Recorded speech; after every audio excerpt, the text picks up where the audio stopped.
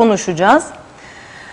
Değerli izleyiciler, kaza geliyorum dedi ve geldi. Haftalardır tamir edilmeyen yüksek gerilim hattı üzerindeki bakır teller yoldan geçen bir aracın üzerine düştü ve o aile ölüm korkusuyla burun buruna geldi. Bu kazayla ilgili elektrik kurumuna tepkiler var. Bizler de kazayla ilgili görüntüleri sizlerle programımız içerisinde paylaşacağız. Bir diğer gündem başlığımız olan belediyeler değişiklik yasa tasarısı bugün mecliste görüşüldü. Cumhuriyetçi Türk Partisi Genel Başkanı Erhürman bu tasarının geri çekilmesini talep etti. Son konumuz ise trafikten olacak. Bugün Diyalog Gazetesi'nin de manşetinden aktardık. Trafikte tam anlamıyla bir suç patlaması yaşanıyor. Hafta sonu yapılan denetimler sonucunda ortaya çıkan rakamları sizlerle paylaşacağız. Evet değerli izleyenler, tüm bunları ve daha fazlasını konuşacağız. Sizler de sorularınızla, yorumlarınızla bizlere katılabilirsiniz. Sosyal medya hesabımız üzerinden yazacağınız mesajlara programımız içerisinde yer vereceğiz. Şimdi değerli yorumları için sözü Sayın Akar'a bırakmak istiyorum. Merhabalar Reşat Bey, iyi haftalar. Merhabalar Nazan Hanım.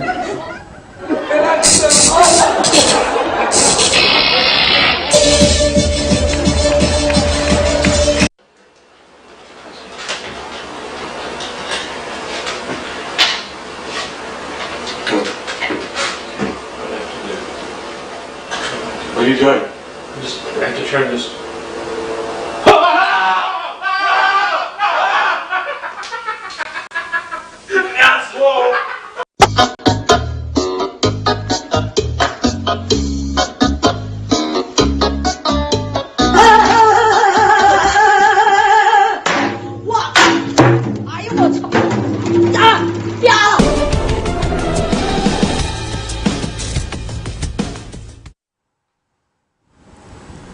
Evet değerli izleyiciler, yeni bir haftanın ilk gündem özel programından sizlere sevgi saygılarımızı gönderiyoruz. Bu hafta Nazan Hanım'la birlikteyiz.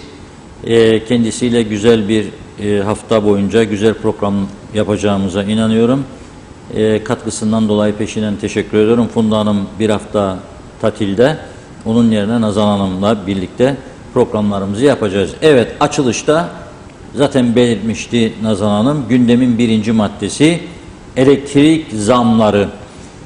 Burada son bir ay içerisinde 1 Nisan'ı bekleyelim. Acaba şaka mı olacak, gerçek mi diyorduk. 1 Nisan'da faturalar gelince bakalım neler olacak diyorduk. Herhalde bunu söylerken hayali veyahut da birilerine bir incitme olsun, zarar verici bir hareket olsun diye söylemiyorduk. Veyahut da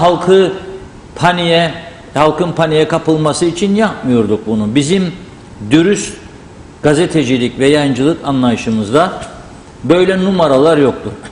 Başkalarında olabilir, bizde yoktur. Neyse doğru odur. Konuştuğumuz, derinlemesine bilgi aldığımız önemli insanlar 2 tane seçenek olduğunu söylüyorlardı elektrik kurumunun yaşayabilmesi için ve elektrik üretiminin devam edebilmesi için. 1, zam yapmak ve yüklü miktarda zam yapmak. 2, zam miktarını düşük tutmak, farkını devletin sübvanse etmesi. İkincisini yapacak para olmadığı için devlet de ne yaptı hükümet? Dedi ki yürüyün de korkmayın. Ve hükümetin onayladığı bir tarifeyi uygulamaya başladı 1 Nisan'dan itibaren Kıptek. Yani 1 Nisan faturalarına yansıttı. Ve Kıptek'in bu kararı alan yönetim kurulu halkın bu paraları ödeyemeyeceğini bile bile ve bunu bizlere de söyleye söyleye bu kararı aldı. Bu halk bir anda %300 zammı ödeyemeyecek. Hatta bazı işletmelerde 400'e vardı. Birkaç örnek vereyim. Mesela az önce paylaşım yaptı Arun Un Fabrikası'nın sahibi. Hani ekmek falan 5 oldu, 5,5 oldu, 6 oldu da isyanlar vardı geçen hafta. Şimdi kaç olacak bakalım. Diyor ki bizim diyor elektrik faturamız ayda 47 bin liraydı. Şimdi diyor bize 200 bin geldi. İyi dinle. 47 binden 200 bin. Nereden çıkaracak bu adamlar bu parayı?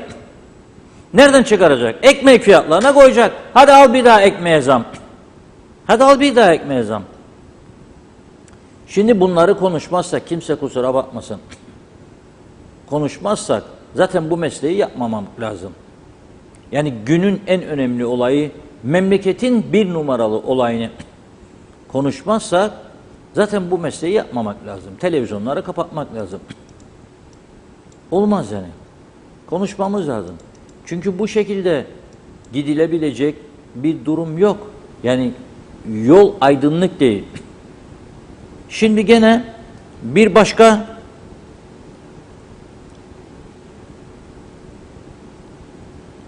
üretici, Civisilli Gıda bugün paylaştı.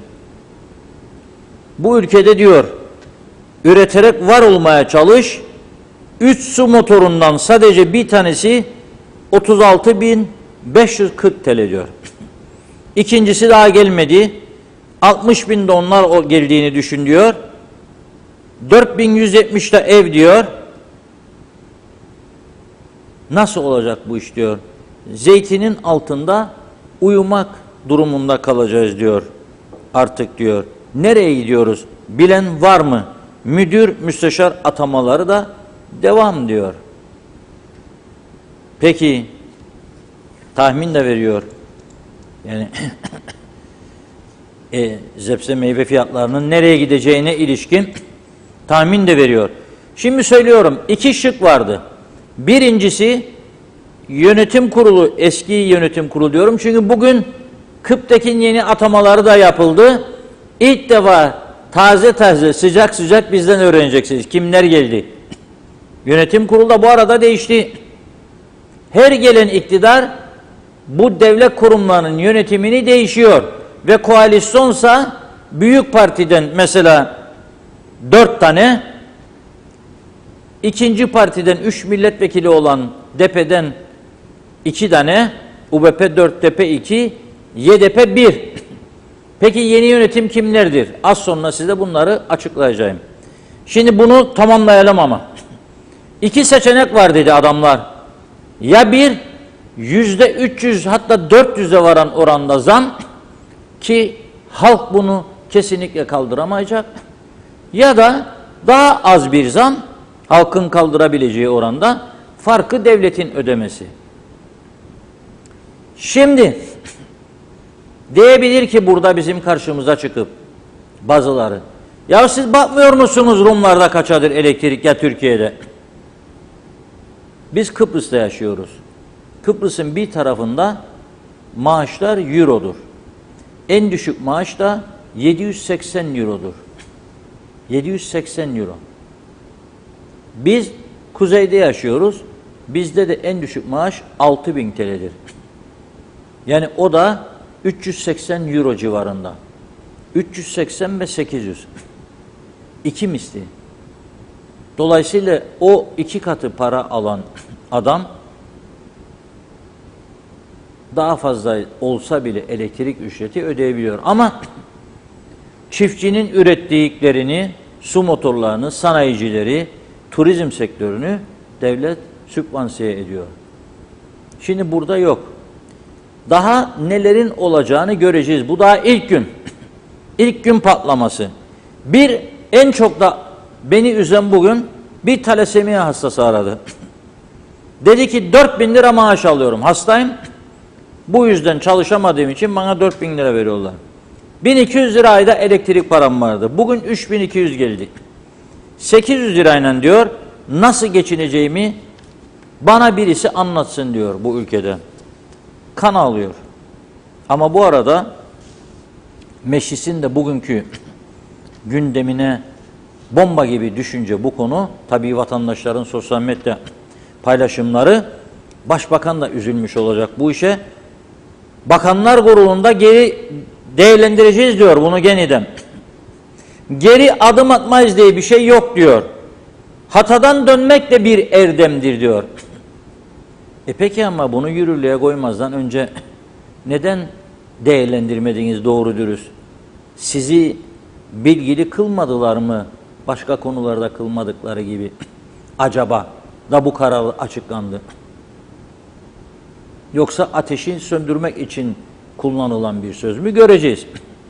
Geri adım atabilir mi hükümet? Evet, atabilir.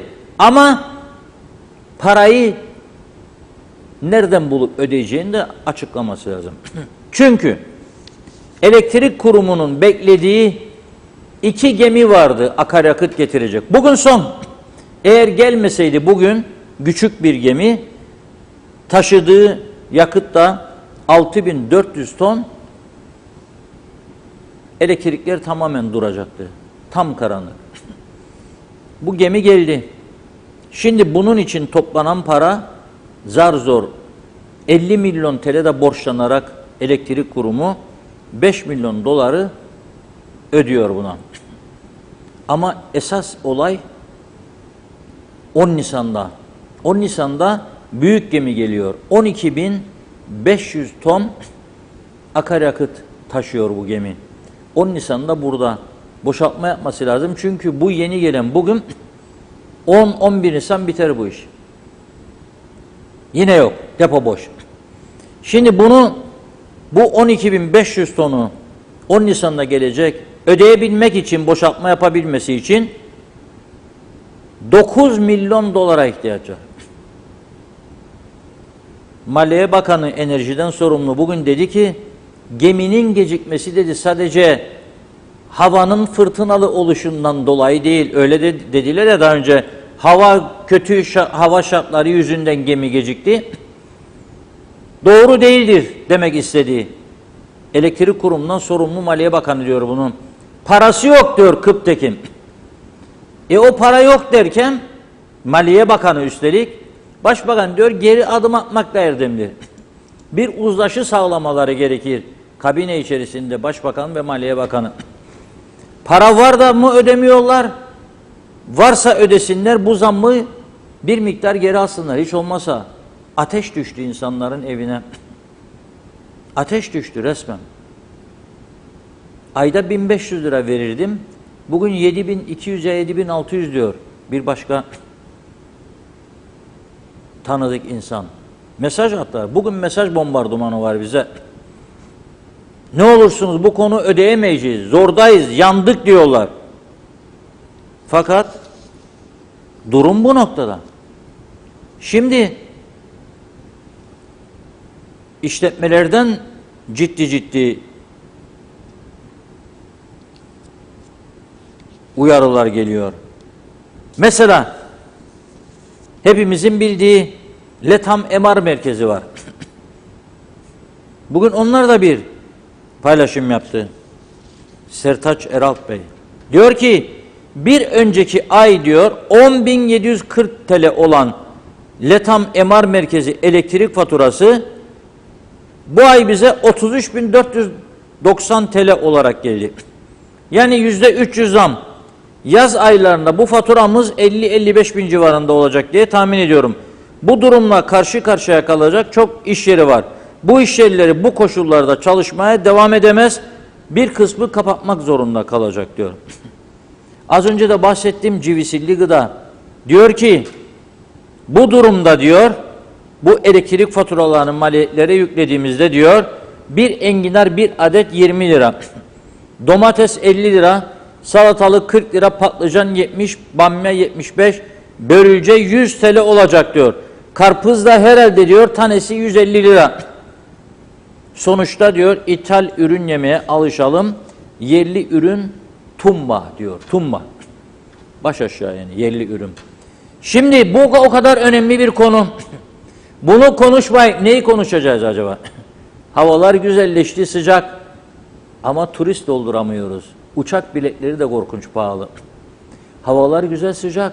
Oteller bu elektrik fiyatlarının altından nasıl kalkacak? Bir de belediyeler yasasıyla getirilmekte olan 116 kat fazla vergiler var. Ve yatacak olan her kişiden 55-58 lira gibi bir para istiyor. Ayrıca bütün vergiler, aydınlatma, çöp, şimtiyaz, izin, mizin falan. Bunun üstüne bir de o. Tüm sektörler ciddi bir kriz içerisinde. Lokantalar, restoranlar, meyhaneler, her taraf ciddi bir zarar görecek. Ama en fazla sanayi tesisleri. Şimdi sanayi tesislerini bekliyorum. Merak ediyorsunuz sizin ne oldu? Yani bizim Diyalog Medya. Bilmiyoruz. Sorduk, bugün daha bizimkine sıra gelmemiş. Yarın değilse bir sonraki gün, yani bu hafta içinde biz de öğreneceğiz nereden nereye geldik acaba. Tabii fatura bilgisini alan vatandaşlar ne oldu? Hücum bugün elektrik kurumuna koştu. Az önce arkadaşlarımızı gönderdik orada. Kimileri götürüp Kıptek'in kapısına yumurta fırlatmış, kimileri bağırma, çağırma ve polis bekliyor şu anda elektrik kurumu binasını. Düşünebilir misiniz memleket ne hale geldi? Oradaki röportajları izleyelim birlikte. Salih Bey, bu ayki elektrik faturanız ne kadar geldi efendim? Çok yüksek geldi. Yüksek geldi. Yüksek geldi. Yani 800-900 civarı bir şey. Bir kusur. 1000 küsür civarında. Daha önceden faturalarınız bu kadar yüksek miydi? Hayır. Öyleydi yani. Son zamanlarda? Son zamanlarda gelmeye başladı. Yani 300-400 gelirdi. Son zamanlarda 1000 oldu. Evet. Bin- Salih Bey, ne yapmalı yetkililer sizce bu kadar yüksek faturaların gelmemesi için? Vallahi önlem almaları lazım. Yani ne bileyim. Önlem almaları lazım. Çocuk da var çünkü yetmez. Çoğunluk gidiyor. İyi gider yani. Size göre ne yapılmalı efendim bu zamlardan kurtulmak için? Vallahi bir önlem almaları lazım ama nasıl çabalar bilmem artık. Yani bir ekmek 4,5'tan 5,5 olursa Evet. ya, bilmem. Aynı şekilde aynı orantıda elektrikte. Yani aynı şeyler bin kodular. 2520 lira. 2520. Daha önceden ne kadardı efendim? 650 liraydı. 600'den 2500'e çıkan, yani yaklaşık bir 2100, 1800-1900 lira daha fazla geldi. Aynen öyle. Evet. Efendim, nereye kadar gider bu zamlar ve ne yapılmalı? Hükümet gidinceye kadar gidecek. Başka alternatifi yok. Tek çözüm bu mu? Başka yolu yok. Sizce ne yapılmalı efendim bu zamlardan kurtulmalı? Vallahi hangi hükümet gelse değişebilecek bir şey zannetmiyorum. Evet. Kafaların değişmesi lazım. Kapalı. Elektrik faturanız ne kadar geldi? 2060 TL. 2060. Daha önceden ne kadardı? 1300. 1000 liralık bir artış söz Yani, konusu değil evet. mi? Efendim bu zamlar 2600 bekledim ama gelmedi. evet. Bu zamlar nereye kadar gider ve ne yapılmalı sizce? Sanki biz kuzucuk öderik. Gidecek. Evet. Başka da yolu yok. Evet. Gidecek. Efendim peki her ay 2000 lira elektrik faturası ödeyip bir de gıdaya gelen zamlarla geçinebiliyor musunuz? Yok efendim öyle bir şey yok. 5800 lira maaşım var. Evet. 2000 lira buraya gider. 200 lira belediyeye gider. Falan filan işte yani. Yani geriye bir şey kalmıyor zaten. Kalmaz ya idare eden. Evet. Biz kuzular her zaman için tamamdır idare eder. 2 gün geciktirsin, akşam elektriksiz kalır. Vergilerde de her yerde öyledir ya. Her şeyde öyledir. Halktan, benzinden, elektrikten, sudan, onlardan kesiyorlar, topluyorlar, ne topluyorlar sahip. Yukarıdan gerçek yani kazananlardan alamıyorlar parayı, vergiyi. O kadar. Başka bir şey yok yani. Ve gideceği yerde belli bundan sonra yani ipin ucu koptu yani bir burada değil yani çoğu yerde ama bizdeki daha beter. Peki efendim size göre ne yapılmalı? Vallahi Ne yani isterdiniz bu zamların geri alınması için? Zamların ya tamam belli bir şey koymaları lazım ama yani bu kadara değil. Yani bütün dünyada belli bir şey oldu, artış oldu ama böyle değil. %5, %10. Yani Ama bizde %100'ü geçiyor. Yani bu nedir?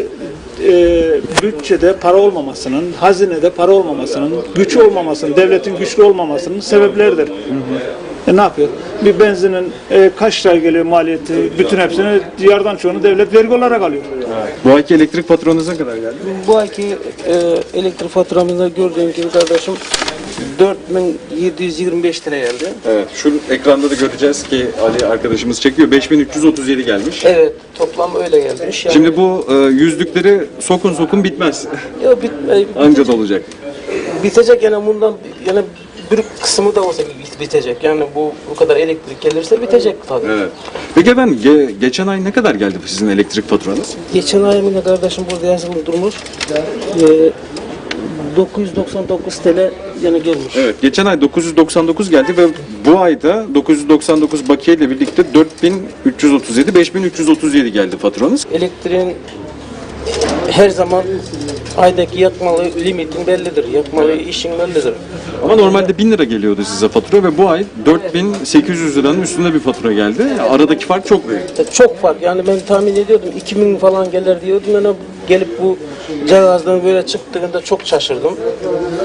Vallahi belki bir yanlışlık var diye tahmin ediyorum yani. Kiran var, kirada. 1500 TL kiramız var. Yani başka da bir sürü şeylerimiz var. Bilmem artık. Miktat Bey nereye kadar gider bu zamlar? Vallahi bu bilmiyorum vallahi kardeşim ben hiç. Hayatınızda daha önce böyle bir yükselişi yaşamış mıydınız zamlar konusunda? Ya zam tamamdır da zam ama bu kadarı biraz fazla.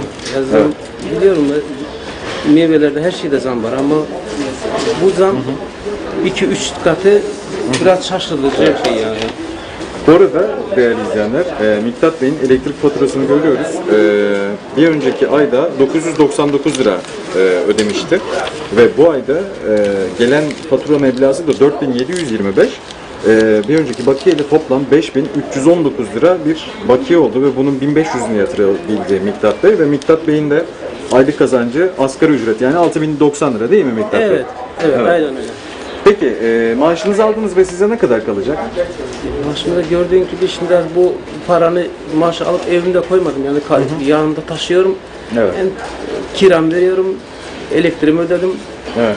Yani birkaç alışverişimi yapsam bitecek artık. Yani bir diğer deyişle taşıdığınız para emanet para artık değil mi? Evet. Miktat Bey. Evet.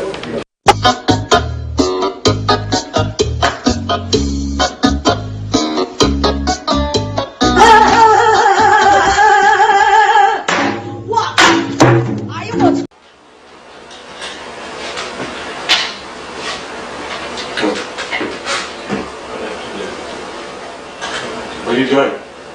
I have to turn this.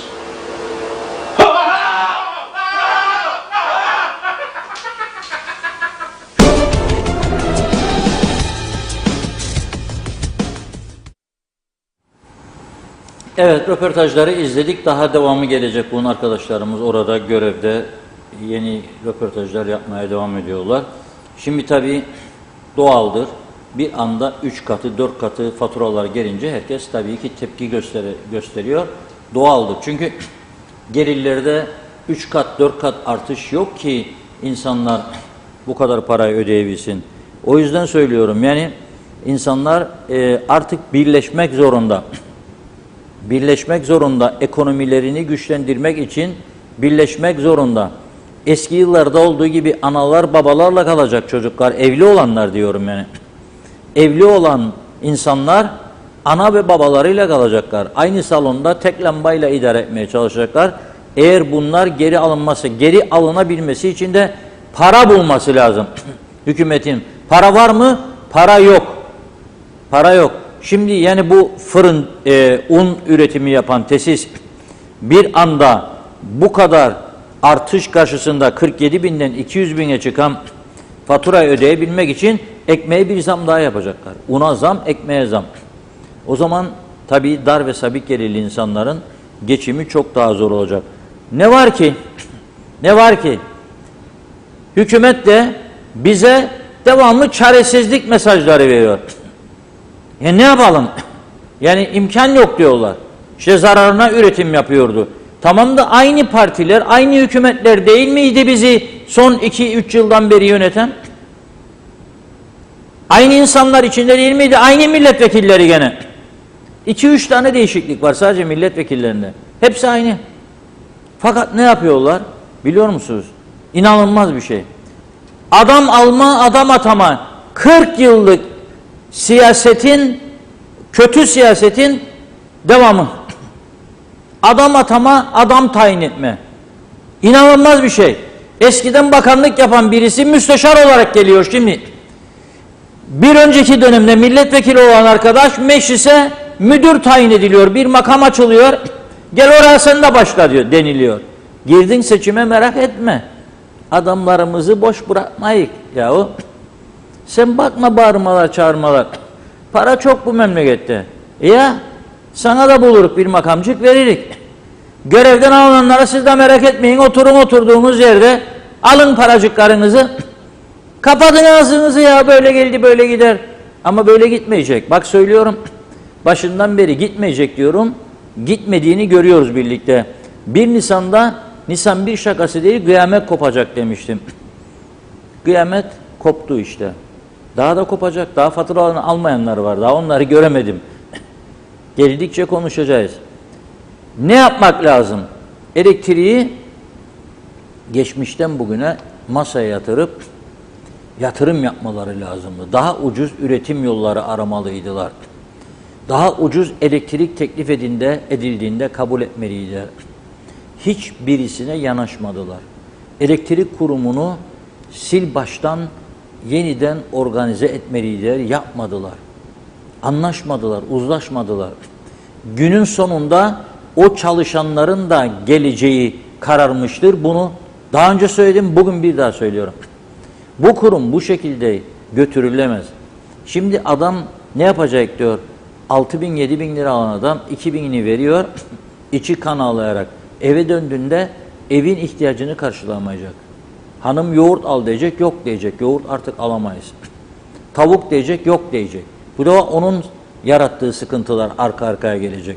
Fakat ne güzel bugün hükümet nihayet elektrik kurumu bu kadar çalkantılı bir kurum yönetim kuruluna tayin etmiş. Mesajlardan sonra okumayı düşünürdüm ama hadi okuyayım isimleri. Nazan Hanım ondan sonra başlasın çünkü çok mesaj oldu, yetiştiremeyecek. Yönetim Kurulu Başkanlığına Meftun Orkun, şu anda Başbakanlık Denetleme Kurulu Başkanıymış bu arkadaş. Elektrik Kurumu'nun yeni yönetim kurulu başkanı, UBP kanadı. Özgür Arıkan, yönetim kurulu UBP kanadı. Dilaver Bilgen, UBP kanadı. Abdullah İşkey, UBP kanadı. Ali Horoz, Demokrat Parti. Atilla Deva, Demokrat Parti. Ramazan Karal, Yeniden Doğuş Partisi. Vatana, millete hayırlı uğurlu olsun. 5-6 ayda bunlar gider, 5-6 ay sonra başka birileri. O gelenler der ki bizim ne suçumuz var, bizden öncekiler. Şimdi gelenler diyecek bizim ne suçumuz var, bizden öncekiler. Herkes topu birbirine ata ata. Arkadaşlar bu işe girerken dememiş miydiniz elimizi taşın altına koyuyoruz? Dememiş miydiniz ateşten gömlek giyiyoruz? Yani bu kurumun batmış olduğunu, bu kurumun çöktüğünü, finansman krizi yaşadığını bilerek almadınız mı bu görevleri de geldiniz bizi yönetmeye? İyi olsaydı reçeteniz, niye aldınız bu sorumlulukları? Niye eller taşın altına girdi de gayanın girmedi? Niye gömlekler ateşli dediğinizde ateşler görünmüyor, biz göremiyoruz üzerinde. Ateş olsa gömleğin üstünde bu kadar adam alma, bu kadar adam tayin etme olur mu be arkadaş ya? Kim kimi kandırıyor ya? Yapmayın Allah aşkına. Yapmayın. Güzel bir şey değil bu. Yani neticede aynı memleketteyiz. Siz de buradasınız. Yani bugün bir makamda yarın olmayacaksınız öteki olmayanlar gibi. Bakın 3 ay önce kim idi görevde? Şimdi kim nerede? 1 yıl 2 yıl önce kim idi? Şimdi nerededir? 3-4 yıl önce başbakan olan şimdi nerededir? Yani kimse kalıcı değil bu işler. Gerilmeden, öfkelenmeden, başkalarını suçlamadan kendi sorumluluklarımızı yerine getirelim. Kendi sorumluluklarımızı yerine getirelim. Evet, olay budur. Devam edeceğiz elektrik meselesine. Nazan Hanım mesajlardan başlasın. Buyurun Nazan Hanım. Evet, çok teşekkür ediyoruz ilginize ve güzel mesajlarınıza. Hızlıca başlayalım. Evet, ilk mesajımızı Necat Anılsın olarak görüyorum. Reşat Bey, bugün markette patates 20 kilo demiş. Devamı hızlıca mesajlar aktığı için kayboluyor, kusura bakmayın. Fatoş Şah, o kadar vekil var, toplasınlar ellerini ceplerine atsınlar diyor. Nuri Korkmaz, bu halk davul zurna tencere sokaklara inmezse sırta vuran çok olacak demiş. Süleyman Özhuy, 1000 verirdim, 3000 oldu diyor elektrik faturasıyla ilgili. Sordum niye? 30 kilowatt fazla yaktınız dedi. Normal bir ev 2 nüfuslu Ayıptır bu yapılan diyor. Adnan Bağışlar, Sayın Akar geçen ay 985 TL geldi. Bu ay ise 3142 TL geldi. Benim kiram 2000 TL, elektrik faturası 3142 TL. Şimdi ne olacak diye soruyor izleyicimiz. Manolya Hasan Şahin, yazıklar olsun, bunlara diyecek bir şey bulamıyorum. Acaba bu bakanlar, müdürler, milletvekilleri ödüyor mu elektrik? Çünkü Kıptek'te çalışanlar bile ödemiyor. Vatandaşın halinden ne anlasınlar demiş. Ömer Boz Karavezirler, 3 yıldır başta olan hangi hükümettir? Bunların birbirlerinden haberi yok, ülkeyi bitirdiler demiş. Sibel Serin, Sayın Akar, Sayın Ulukök iyi yayınlar diliyorum demiş. Teşekkür ediyoruz Sibel Hanım. Figen Korucan, narenciye nasıl sulanacak diye sormuş. Natalya Dede iyi yayınlar diliyor. Belgin Rıfat, otellerde bu elektrik zamları, alkol zamları ve ulaşım maliyetleri de arttığı için eminim önceden aldıkları rezervasyonlarında ve bayram rezervasyonlarında zararına çalışacaklar diyor. Halil Şener, elektriği Teknecik'ten değil de devlet güneş paneli ve rüzgar pervanesi neden kurmuyor diye sormuş. Cansev Yaman, devletin açıklarını halk mı kapatacak? Bu resmi bir soygundur. Kabul edilebilir tarafı yoktur. Marketlere, akaryakıta, elektriğe acil çare üretilmek zorunda demiş. Barış Erdoğan hayırlı yayınlar diyor bize. Çok ciddi, altını çizerek söylüyorum. İş yerleri kapanacak ve özel sektör çalışanları bu adadan gidecek, benden söylemesi diyor izleyicimiz. Mehmet Akın, dünyada böyle bir ülke yok. Vatandaşını soyan bu KKTC halkı ülkenin adıdır KKTC diyor ama bu kafayla nasıl AB'ye girecek? Yazın klimalar çalışıyor. Millet esas o zaman kavrulacak demiş ve KKTC Afrika Cumhuriyeti olacak sıcaktan diyor. Artık yerliler gibi olacağız. Eski kabile modeline döneceğiz demiş. Doğan Falyalı hayırlı yayınlar diliyor. Yapılan açıklamaya göre 2 milyon lira borç varmış. Bunun yüksek faizi de unutulmasın. Biz hep ödedik faturaları. İşler desene zora girdi. Ödenen miktarın 3 katı geldi. Gelir gideri karşılayamaz oldu. Cep delindi. Değil para, hava bile tutmaz oldu diyor. Akçay Muhtarlığı iyi yayınlar dilemiş bize. İnsanımız perişan, ne yapacağımızı bilmiyoruz. Dar gelirli insanımız, engelli insanımız 3500-4000 TL'ye geçimini sağlıyor. Eşitlik yok, düzen yok, halk için bir şey yapan yok. Ev var, ayda 30.000 TL giriyor ve ev var, ayda 6.000 TL giriyor. Bu nasıl bir düzen anlamak mümkün değildir demiş izleyicimiz. Natalya Dede, Alsancak'ta her gece bu ay elektriği kestiler. Nasıl bu kadar kabarık bir fatura geldi anlamadım diyor izleyicimiz. Cahit Nurdal, ben kullanmadığım elektriği ödemem. Ayrıca borcunu ödemeyen kurumlardan alamayan Kıptek benden onların borcunun 1 gramını dahi alamaz. Geçen ay 760 TL gelen elektrik bu ay 2150 TL geldi. Elektrikler kesildiği halde diyor. Kıptek bu yaptığı uydurmasyon fiyatlandırma işlemi evrakta sahteciliğe, dolandırıcılığa dahi girer diyor izleyicimiz. Ödemeyen kurumların borcunu bakiye bile bırakmayan halktan almaya kalktılar. Kendileri ve 50 kafadar bir yıllık maaş almasınlar, onlara önerimiz diyor. Aydın Erbolay hayırlı yayınlar dilemiş.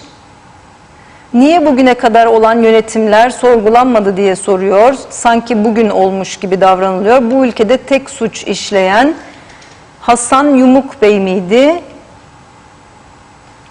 Hiçbir şey düzelmez. İktidar muhalefet bir olup ulusal bir politika yaratmazsa eskiden olduğu gibi hala daha çok nefes tüketiriz. Atamalarla iş dönmez diyor.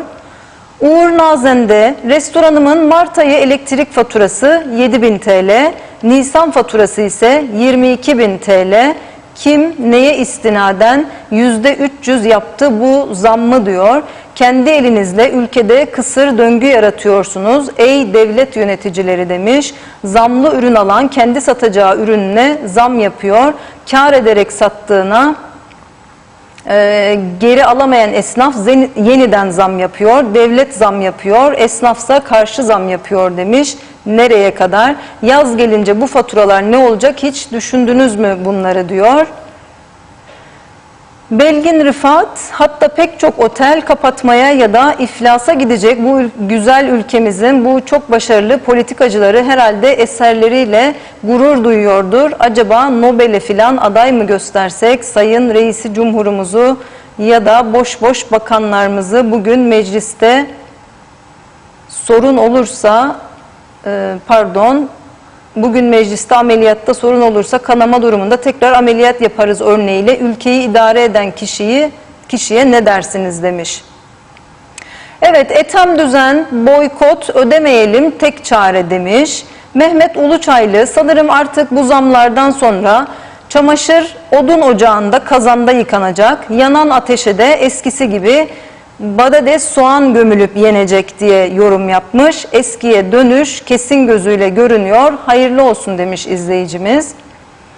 Hale Akyollar iyi haftalar, iyi yayınlar dilemiş. Teşekkür ediyoruz. Hükümet geri vites atmazsa tumba gidecek diyor.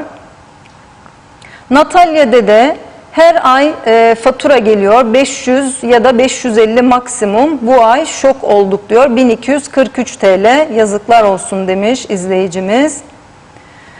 Sayar Aker zamlandık, arabaya benzin, çantaya sebze alamadık, evden çıkamadık, elektrik yakmamak için sokak lambasına muhtaç olduk.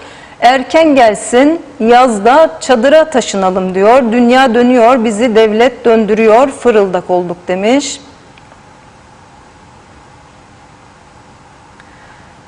Naim Özkerimler geçen ay 1200 TL olan fatura bu ay 4500 TL yani 3,5 katı diyor izleyicimiz. Nazime Nalbant, Reşat Bey çok insanlar ödeyemeyecek ve elektriksiz mi kalsınlar? Bir çıkıp baksınlar bu halkın sesini, feryadını duyanlar var mı? Tamam diyor, olanlar ödeyecek çünkü vardır öder. Ya tutmasa ne yapacaklar? Zaten her şeyin çok üstüne koydukça koydular ve ucuz tazeliği bile alamıyorlar. Ne yapsın bu halk? Gidip de hırsızlık mı yapsınlar? Buna mı insanlarımızı zorluyorsunuz? Bir de çıkıp biraz da bekleyin, şans verin, her şey iyi olacak diyorsunuz. Böyle çıkıp söylemekle olmuyor demiş izleyicimiz. Demre Coşkun eylemlere devam diyor. Mehmet Şenler iyi yayınlar dilemiş. Mehmet İnancı hoş vakitler, hayırlı yayınlar diliyor. Teşekkür ediyoruz. Samet Şahin, Başbakan çıkıp en soğuk ay geçti, onun için faturalar yüksek diye açıklama yapsın demiş. İslam Gomma Dağdur, amaç kurumu batırmak ve peşkeş çekmek demiş. Halil Anıldı, ben bu ülkeden göç etmek istiyorum diyor. Bugün gelen elektrik faturaları yüzünden insanlarda adeta feryatlar yükseliyor. Yeni tarife üzerinden gelen elektrik faturalarının altından kalkabilmek ne mümkün? Geçen ay 748 TL ödediğim elektrik faturası bu ay 2900 TL geldi. 6090 TL alan bir asgari ücretlinin 2900 TL elektrik faturası geliyorsa, yani asgari ücretin yarısı kadar ne yapacağımızı şaşırdık diyor. İnsanlar bir ay boyunca ne yiyip içecekler, nasıl geçinecekler? Daha bunun yanında akaryakıt, tüpgaz, su ve telefon faturası da hesaplanırsa elde kalacak olan parayla günde sadece bir ekmek ve bir süt alınabiliyor. Demre Coşkun, elçilik önünde eylem yapılmalıdır ki Türkiye ve dünya basınına şikayetlerimizi duyurabilelim demiş. Ersin Tünay, Kıptek denen kör kuyunun iyileştirilmesi ve sağlıklı hizmet verebilmesi için yapılan bir çalışma veya bir plan program görüp duyan var mı? Bu kurumu sömürenlerin soyup soğana çevirenlerin cezasını niye halk olarak biz ödemek zorundayız diye sormuş. Yıllardır hep aynı kişilerin sorumlu bakan oldukları bu kurumu çalanlar ve batmasına sebep olanlar kimler diye sormuş izleyicimiz. Yüzlerce binlerce yolsuzluk dosyası var diye açıklama yapanlar da hep aynı insanlar diyor. Teşekkür ediyoruz. Özcan Hüdaverdi iyi yayınlar dilemiş. Erkan Kaya, veriyoruz elektrik parasını, yatırım yapacak elektriğe Sayın Sucuoğlu, devasa temiz enerji yatırımları, güneş paneli tarlalı enerjiye doyacağız demiş. Şaka şaka diye de eklemiş izleyicimiz. Verdiğimiz parayı devletin itibarı diye harcaya harcaya bitirecekler. Bitince de devam zamlara diye yorum yapmış. İsmail Kızılşahin, bu kurumu yine kendi adamları batırdı demiş. Belgin Rıfat, Reşat Bey hiç bayan yok mu atamalarda diyor. Hep erkek ismi saydınız. Ne olduğu, kadınları yetersiz mi görüyorlar diye soruyor. Turgay Gezen, her hükümet değişiminde yapılan partizanca üst kademe yöneticisi, atama ve diğer istihdamlar hükümetin bütçede para kalmadı söylemiyle tezat teşkil ediyor. Ya paran yok ya da habire atama yapıyorsun. Bu ne perhiz, bu ne lahana turşusu demiş izleyicimiz. Fatoş Şah, bile bile lades oynarız diyor. Rabia Özcömert, geleceğimiz ateş aldı diyor.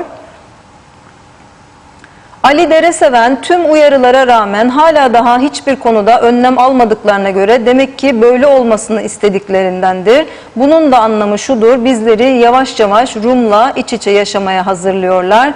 Devamlı olarak ve istedikleri zaman kestikleri elektriklere bile %300 zam yaptılar. İnsanlarımıza yazık ediyorlar, bizleri aptal yerine koyuyorlar. Bu ülkede paramızla ve zamlı olarak zehirleniyoruz demiş. Hale Akyollar, iyi yayınlar demiş. Halkın halinden anlamazlar, yazıklar olsun diyor. Nazime Nalbant, iyi ki varsınız demiş. TV 2020 ve Reşat Bey, her gün bizlerlesiniz. Siz ve ekibiniz daima halkın bu sıkıntılarını dile getiriyorsunuz. Ağzına yüreğine sağlık. Çok teşekkür ediyoruz. Mutlu akşamlar demiş. Çok teşekkür ediyoruz Nazime Hanım güzel mesajınız için.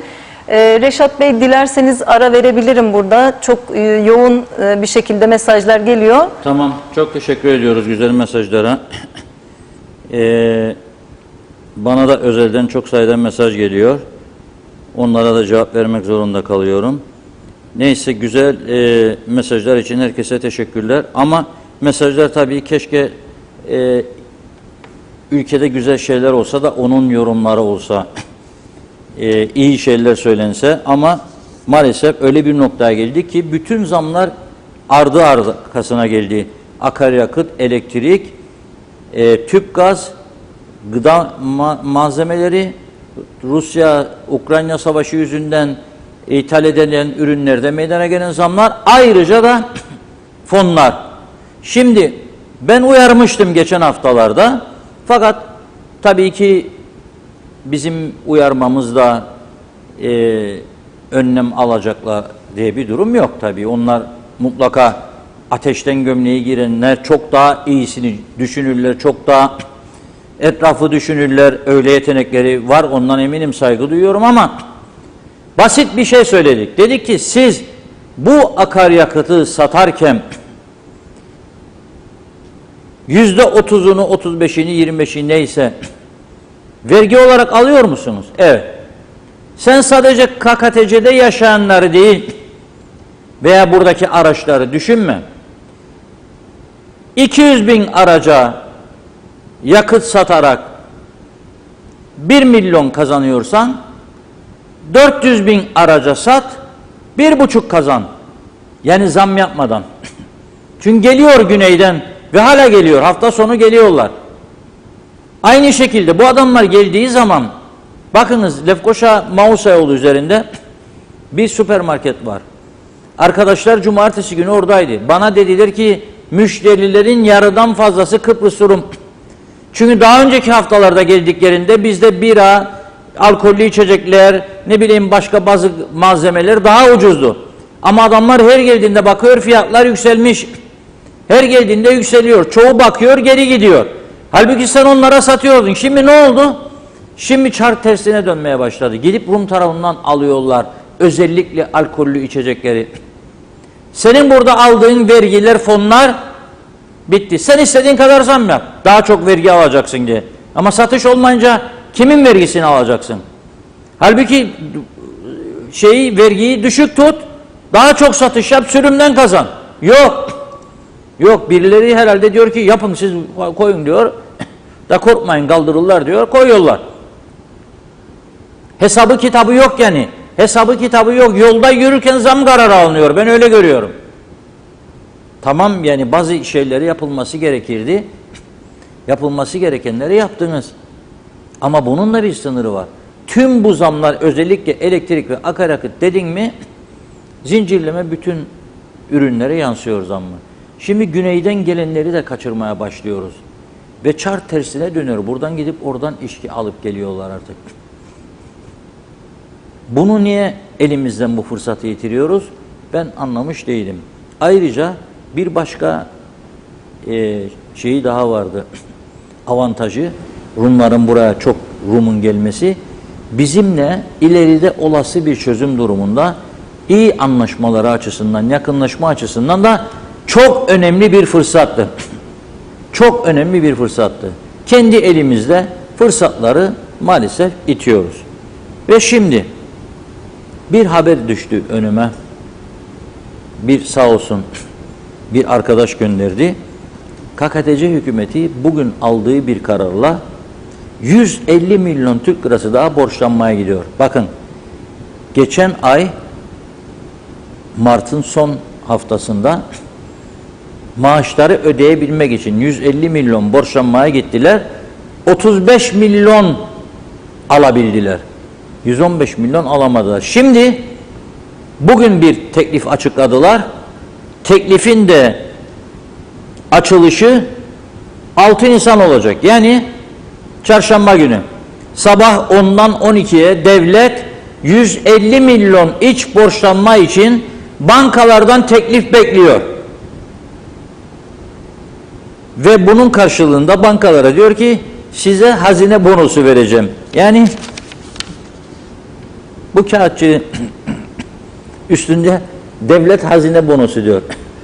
Nedir bunun karşılığı? Bu bononun karşılığı nedir? Para yok içeride. Kasa boş. Altın yok. Para yoksa altın veresin. Petrol yok, petrol veresin. Bankalar da bunu bildiği için ne yapıyor? Temkinli davranıyor. İnşallah bulurlar 150 milyonu. Dediğim gibi Mart'ın son haftasında 150 milyon çıkıldı. 35 bulabildiler. Şimdi 90 gün vadeli 150 milyon yeni bir borçlanma söz konusu. Ne yapacaklar bu parayı? Büyük bir ihtimalle az önce programın başında söyledim daha doğrusu 10 Nisan'da gelecek olan elektrik kurumuna yeni akaryakıtın parasını ödemek için bu borçlanmaya gidiyor. 12.500 ton yeni gelecek akaryakıt için 9 milyon dolar paraya ihtiyaç var. Bu borçlanma onun içindir. Aksi halde yakıt boşalmayacak. Boşalmayınca Teknecik'te üretim tamamen duracak. Bunun ne tür sonuçlar doğuracağını hele hava sıcaklıkları da arttı. Hepimiz düşünelim. En önemli sorunlarımızdan birisi de ihmal, umursamazlık çok ciddi bir sorundur Kuzey Kıbrıs'ta. Yaklaşık 3 hafta önce buradan uyarı yaptık, görüntüleri verdik. Dedik ki Dikmen yakınlarında sizin orada rüzgar olduğu için yüksek gerilim hatları devrildi dedik. O yüksek gerilim hatları devrildi. Fotoğraflar çekildi, videolar çekildi, yayınladık. Hem televizyonda hem gazetede. Elektrik kurumu yetkililerine arkadaşlarımız ulaştı, sordu. Dediler ki maliyet hesaplaması yapıyoruz yerden kaldırmak için. Onlar hesaplamayı yapsın, aradan 3 hafta geçti ve o devrilen iletişim hatlarının üzerindeki ağır bakır kablolar koptu bu kez. Kopunca ne oldu? Yoldan geçen bu aracın üzerine devrildi. Cumartesi günü Kudret Ülken ve eşi ölüm korkusu yaşadı resmen. Dinleyelim ne söylediklerini. Geri gidecek, geri çevirecek Yani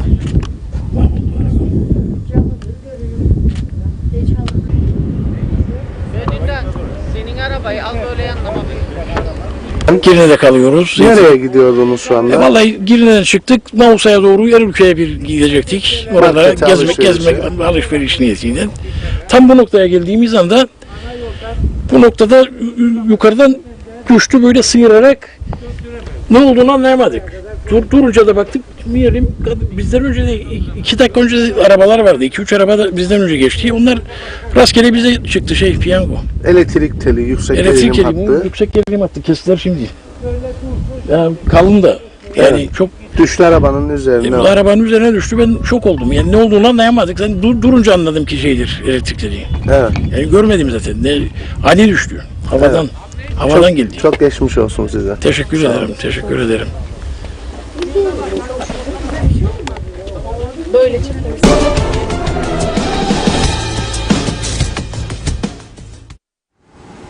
Evet, gördük değil mi? Geçerken elektrik telleri düştü. İyi ki üzerinde akım yoktu, elektrik akımı yoktu telleri düştüğünde. Yoksa insanlar hayatlarını kaybedecekti. Bu kadar sorumsuzluğun olduğu bir ülkede yaşıyoruz. Ve elektrik kurumu işte. Ya devlet yönetiyor, devlet ne güzel. Bakın, devlet ya bu özelleştirme olmaz, peşkeştir. Özel batırır. Tamam, o zaman devleti iyi yapın. Her hükümet değiştiğinde yönetim değişmesin.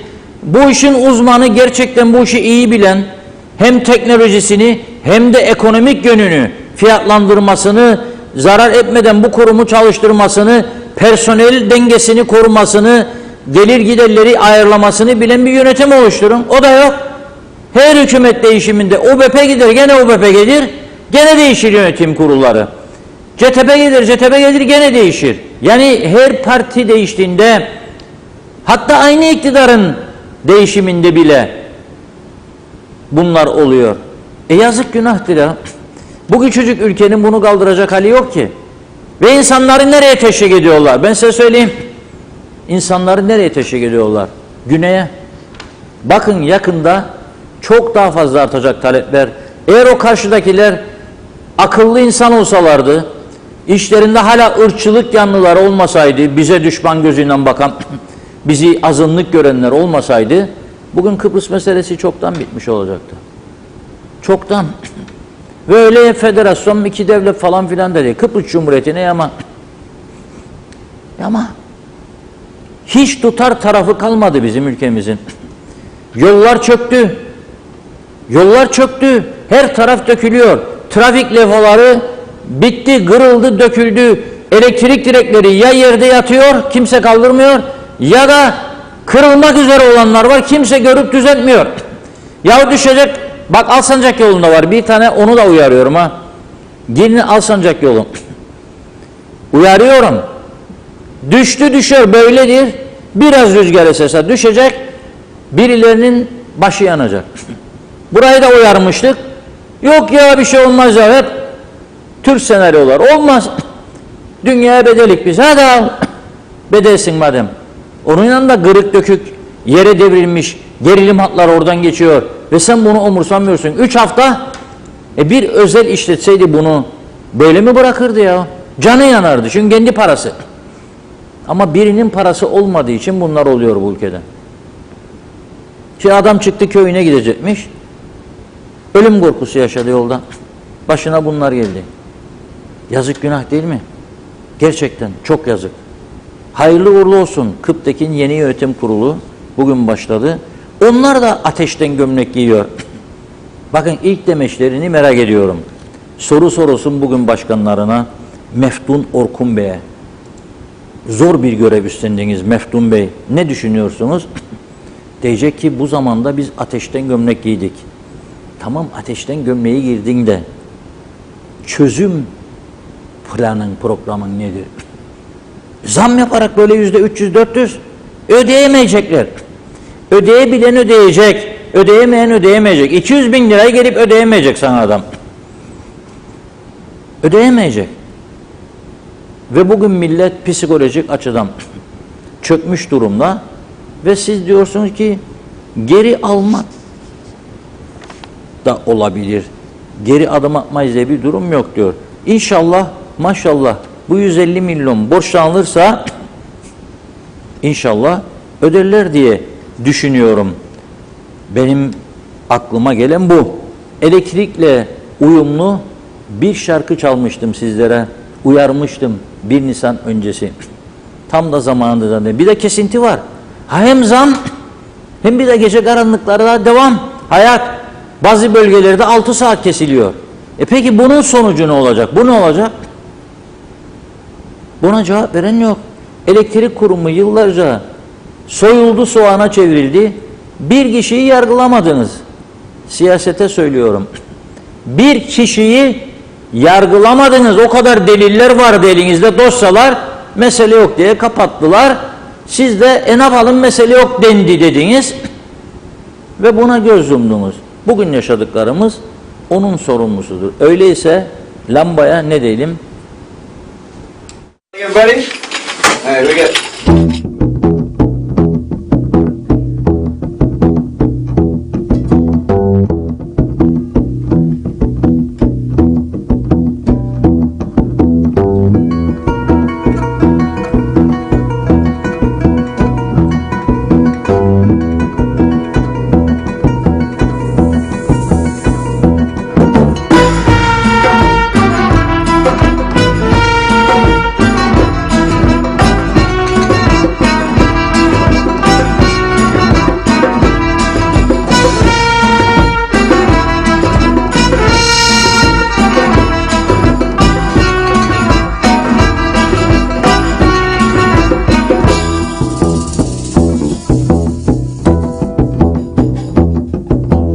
Lambaya püfte, hoh deme püfte.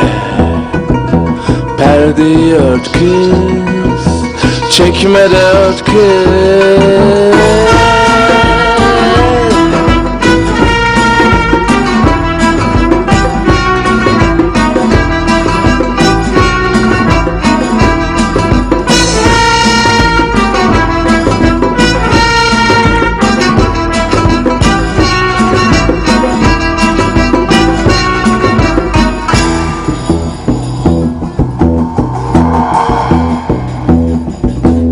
Lambaya püfte, hoh deme püfte. Perdeyi ört kız, çekme de ört kız.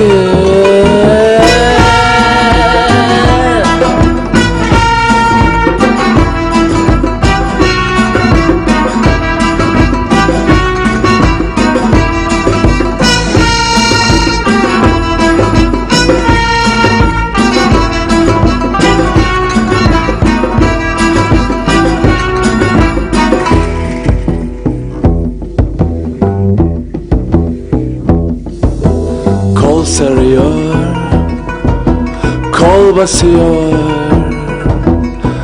Ben yanıyorum, ben yanıyorum sarı kız. Lambaya püfte, hoh deme püfte. Perdeyi ört kız, çekme de ört kız.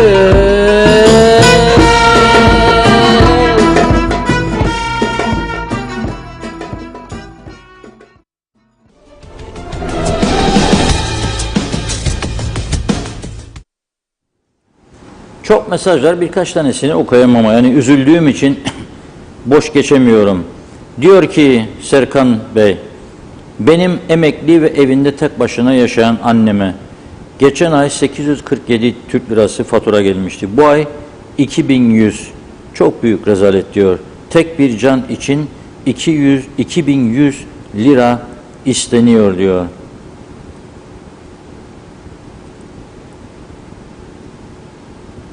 Sonra Hüseyin Bey yazıyor.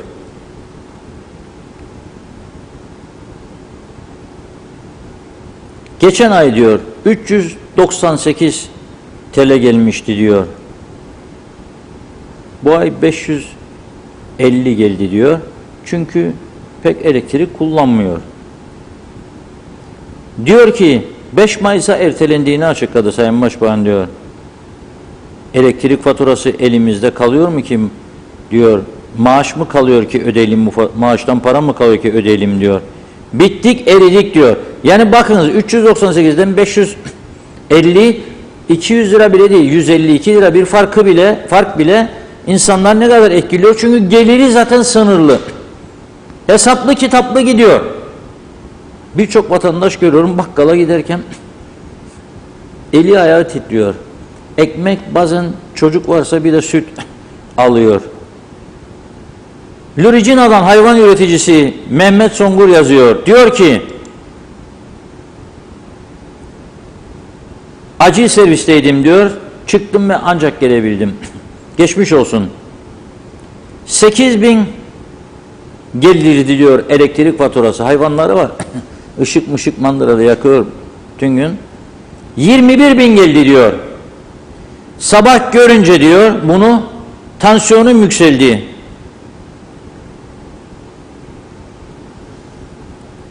Daha diyor yaşlı değilim, gencim. Dil altı hap koydum diyor kapril. Bu yaşta diyor kalbim dayanamadı buna diyor. Kalp hapı koydu dilinin altına demek istiyor. Dikmen bölgesinden yazıyor.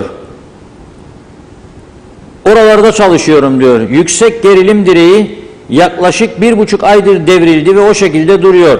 Telleri de alçaldı. Doğal olarak bu yeni bir durum değil. Biz söyledik işte 3 hafta 4 hafta tarihini karıştırmış olabiliriz ama benim aklımda kaldığına göre son 3 hafta bu mesele olalı.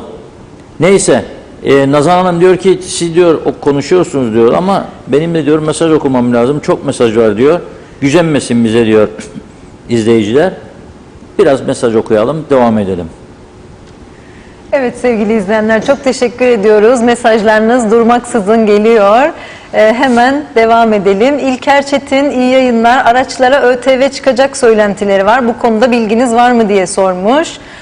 Mehmet İnancı, Reşat Bey bugüne kadar ne söylediyseniz tümü gerçekleşti. Memleketin hali duman diyor. Erol Hasan iyi yayınlar, kolay gelsin. Avustralya'dan selamlar diliyor. Bizler de Avustralya'ya kucak dolusu sevgilerimizi gönderiyoruz. Tema Yavaş Londra'dan selamlar, iyi yayınlar demiş. Elektrik çarptı herkese, kolay gelsin diyor izleyicimiz. Belgin Hanım, Belgin Rıfat, Nazlı Hanım hoş geldiniz demiş. Çok teşekkür ederim, eksik olmayın. Alex, bu halk bu kadar gündür tüpe, süte, akaryakıta, vergiye bu kadar zam yaparken hükümet onların kapısına neden yumurta atmadılar, şimdi mi uyandılar? Çalışanın ne suçu var? Gidecekleri yer meclisti, Kıptek değil diye yorum yapmış.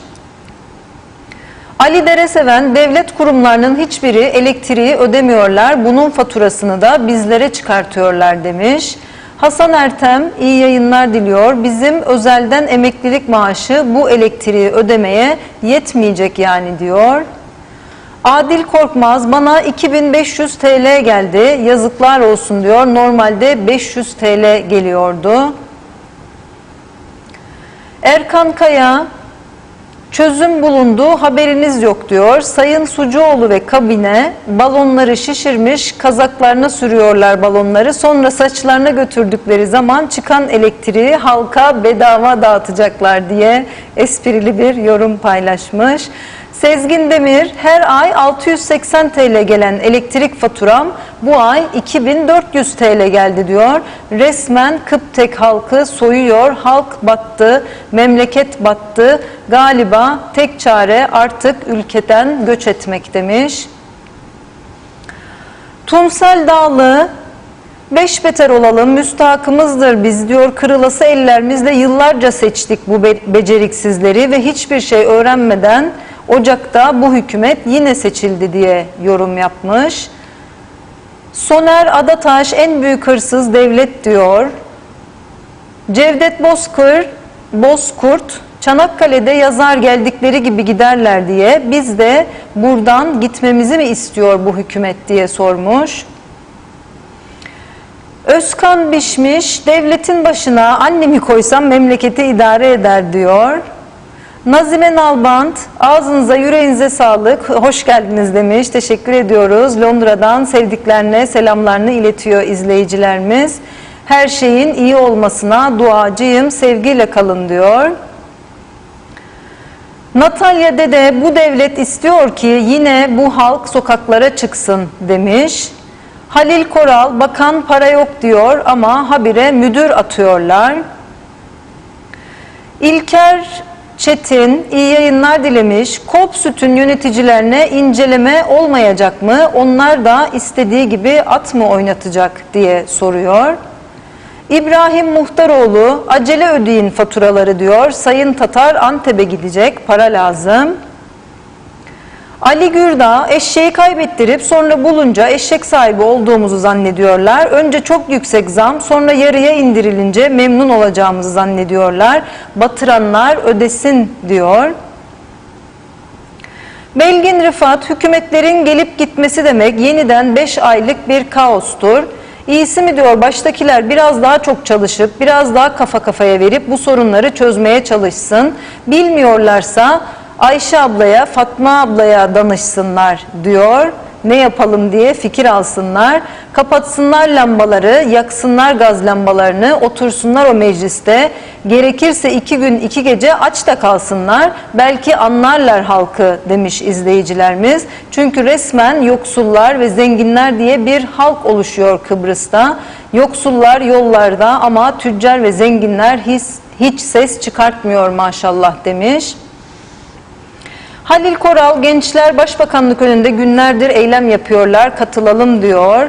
Ali Berber, iyi yayınlar, TC'lilerin elektrik faturalarını elçilik ödeyecekmiş diyor. Tahir Kalender, 3000 elektrik, 3000 kira, 3000 benzin, pardon demiş, asgari ücret 15.000 olmalı en az, battık diyor izleyicimiz.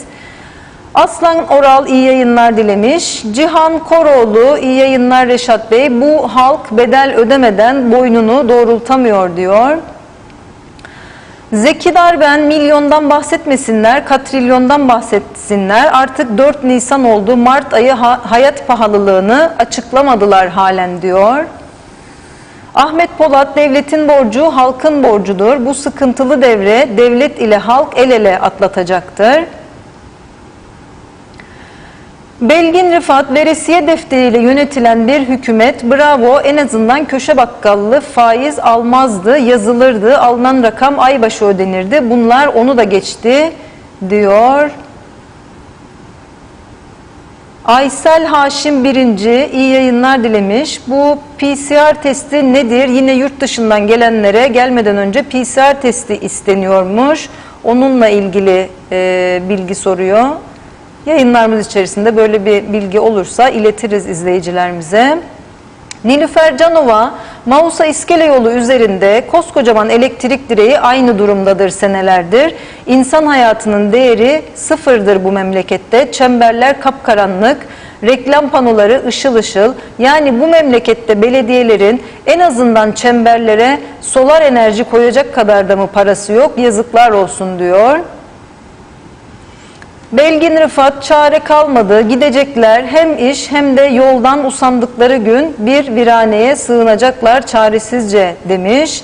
İsmet Ezel, Gazi Mausa Hastanesi'nde kesintilerden dolayı bazı cihazlar yanmış diyor. Nazime Nalbant, Allah korudu, çok geçmiş olsun diyor elektrik telleriyle ilgili kaza yaşayan vatandaşımızla ilgili. Hemen hızlıca geçiyorum ki Reşat Bey'e sözü bırakabileyim. Cihan Koroğlu, bindik bir alamete gidiyoruz, kıyamete şarkısı da uygundur demiş. Bir öneri yapmış izleyicimiz. Teşekkür ediyoruz. Kamil Özalay aynı isimlerden usandık ara versinler diyor. Mehmet İnancı ülkemizde insan hayatı çok ucuzladı. Teller tamir edilene kadar keşif yapıyorlarmış. Olmayan paranın hesabını yapıyorlarmış. Olası bir kazada insan canına mal olacağını düşünemedi bu Kıptek yönetimi. Halkın hayatı hiçe sayıldı diyor. Yaşar Aracı, bugün elektrik kurumunda gördüklerim korkunçtu diyor. Faturasını yatırmak isteyen insanlarımızın o feryadını gördüğümde içim parçalandı diyor. Ve Belgin Hanım, sizin gazeteye ne kadar elektrik geldi, daha gelmedi mi diye soruyor izleyicimiz Reşat Söyledim, Bey. programın başında söyledim. Programa gelirken araştırdık, henüz gelmedi. Bekliyoruz. Bugün yarın eli kulağında göreceğiz bakalım. Bekliyoruz. Daha ne olacak? Yani şimdi biz bir temizlik malzemesi falan satmıyoruz üzerine koy da al parayı öde elektrik kurumuna. Gazetenin fiyatı belli. Kaç para yapacaksın gazeteyi? Televizyon ilanları belli, sınırlı. Yani o yüzden gerçekten ciddi bir durum var. Bilmiyorum ne olacak. Tabelayı görüyorsunuz değil mi? Bugün bir izleyicimiz gönderdi. Daha önce Girne'nin girişindeki tabelayı çok yayınladım. Ya bazı şeyler vardır.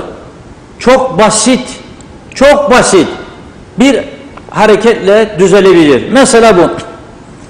Mesela bu Girne'nin girişi turist beklermiş. Yahu sen bir tabelayı boyayamıyorsun. 200 lira, 300 lira param da mı yok? Belediye diyor benim sorumluluğuma değil diyor. Karayolları diyor benim adamım yok diyor. Tamam ya ama bir tane arabayı yürütmeyin bir gün karayollarının emrindeki arabaları. Benzin parasıyla boyarsınız bunları ya. Benzin tasarrufuyla boyarsınız. Ama yönetici ister biri desin dur bakalım. Kapattım size arabaları. Madem gidemiyorsun bu arabalar ne iş yapıyor? Niye benzin koyuyorsunuz bu arabalara? Ne için? Durdurdum kardeşim. Sağladığın parayla bunu tamir edersin. Benim esas tepki gösterdiğim budur. Ne yapabilir hükümet? Elinde sihirli değnek yok diyorlar bana. Ben de biliyorum. Sihirli değnek yok. Önemli olan böylesi ortamlarda karar alıp uygulayabilmektir. Önemli olan bu durumlarda halkın beklentilerine çözüm getirebilmektir. Bu kadar da çaresiz miyiz yani? Bu kadar çaresizsek 4500-5000 tane resmi hizmet aracı hala nasıl koşturuyor yollarda ya? Nasıl oluyor hala daha bu kadar atama? Saydım size. Sadece elektrik kurumunun yönetimine bugün 7 kişi atandı. İnsaf be kardeşim. Turizm Bakanıydı, bu yılın müsteşar oldu. Başka bir bakanla. Milletvekiliydi, kazanamadı seçimi, meclise müdür oldu. Bakın bugün Diyalog Gazetesi'nde çok geniş bir haber var. Bu gazete, iyi ki bu gazete ve bu televizyon var diyenlerin sayısı her geçen gün artıyor. Farkındasınız siz de. Hiçbir kimseye kastımız yok. Hiçbir kimseyle hesaplaşmamız yok. Bugün bu beydir görevde, yarın başka beydir. Biz bunu biliyoruz. Ne birine yağ çekme, ne birine yağ çekme, ne birine saldırma, ne birine saldırma. Öyle bir anlayışımız yok. Doğru gazetecilik yapmaya çalışıyor. Ama burada bakın 10 tane isim var üst kademe gelen, 10 tane giden var. Şimdi bu gidenleri nerede kullanacaksınız? Ne diyeceksiniz? Adam müdürüken, müsteşarken aldığınız görevden ne diyeceksiniz? Gel de tapu dairesine tuvaletleri temizle mi diyeceksiniz? Müsteşarlık yaptırdığınız adama. Yok. Vereceksiniz çatır çatır maaşı. Ne olacak? Buna parayı nereden buluyorsunuz? Soruyorum ben, nereden? O 5000 araca parayı nereden bulup yakıt koyuyorsunuz? Ruhsatlar nereden? Sigorta paraları nereden? Tamirat paraları nereden çıkıyor? Yapılabilecek çok iş var. Örtülü ödenekler hala devam, durdurmadınız. Kullanıyorsunuz. Partilere yardım hala devam, durdurmadınız. 300 milyon koydunuz bütçeye, fazla mesai durdurmadınız. Bununla gurur duyuyorsunuz. Ödüyoruz diye. 3 ay gecikmeli de olsa, 4 ay gecikmeli de olsa. Önce bir yukarıdan başlayaydınız ya. Rahat nefes alsın toplum. Ve vergi koyacaksan koy. 2 kişi aynı evde 25-50 bin lira veriyorsun. Aynı evde 2 tane emekli insan üst kademeden diye zamanında böyle bir yasa geçirmişsin. Ama senin yeni vergilendirme yapamayacağın anlamına gelmez bu. Sadece belirli yerlere vurarak yapamazsın bu işi. Ve nitekim öyle olacak. Şimdi adam 4 katı elektrik faturası gelince ürününe zam yapacak. Ekmekse vatandaş mecburen verecek parayı. Çünkü ekmek yemek zorunda. Zaten başka şey yiyemiyor. Ama diğer ürünleri kesecek. Eskisi kadar hellim almayacak. Eskisi kadar süt içirmeyecek çocuklarına. Peki o zaman nasıl dönecek bu çark? Bu kooperatif sütçülükte bu kadar insan nasıl maaş bulup alacak? Nasıl döndürecekler bu çarkı? Bu kadar zaman bir yığın suistimal, yolsuzluk iddiasının olan kurumlardan söz ediyorum. Hiçbir tedbir almadınız. Nasıl olacak bu iş? Yani yapılabilecek iş var. Belediyeler reformu dediniz. Belirli kesimlere gümbür gümbür. Öde bakalım 116 kat fazla para ödeyeceksin bana diyor. Haraç ister gibi. Ödeyemeyecek, kapatacak. Ödeyemeyecek.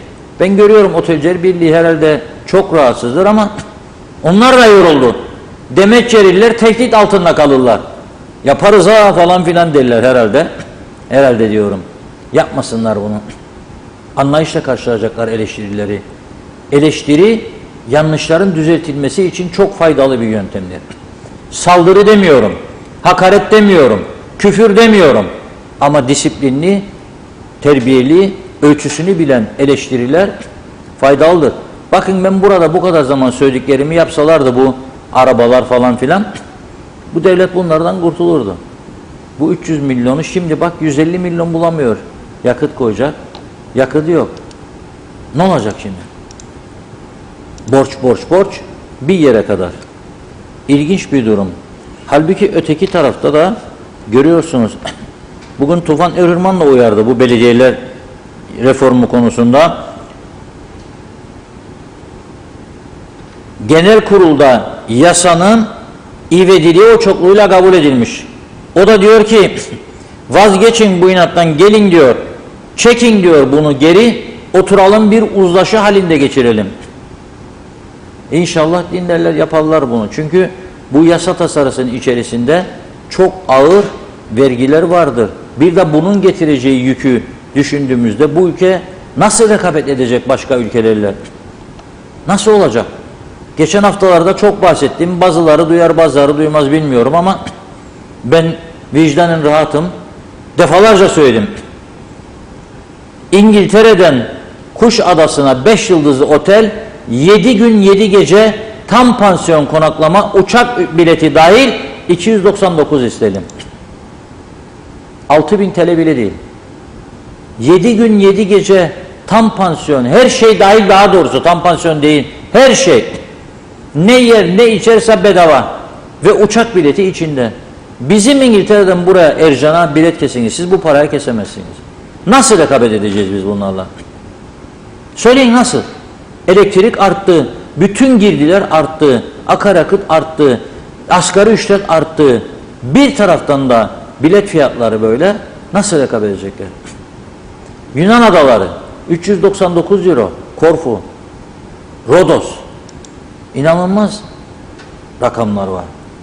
Yani turizmde de bu sene öyle görülüyor ki bizi çok sıkıntılı bir süreç bekliyor.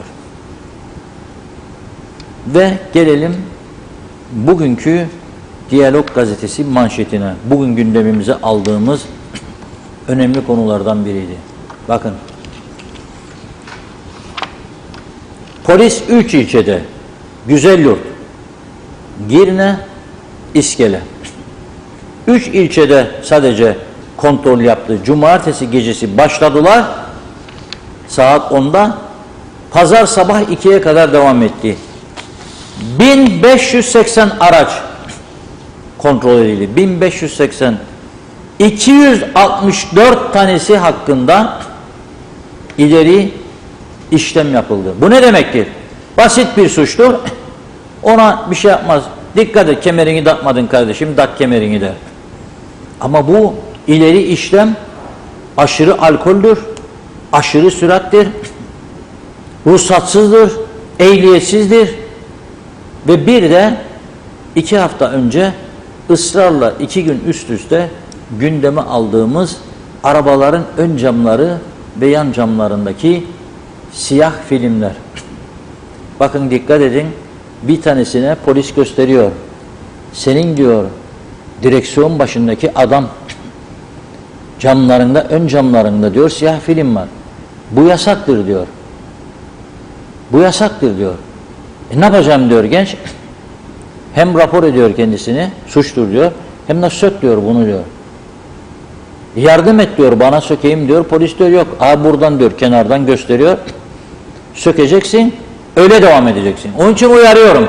Bazı gençler meraklıdır ama esas yabancılar, Afrika kökenliler. Arabaların niye kapatıyorsun kardeşim ön camlarında sen? Bir şeyler dönüyor arabanın içinde demektir. Yasaktır bu, kanunsuzluktur.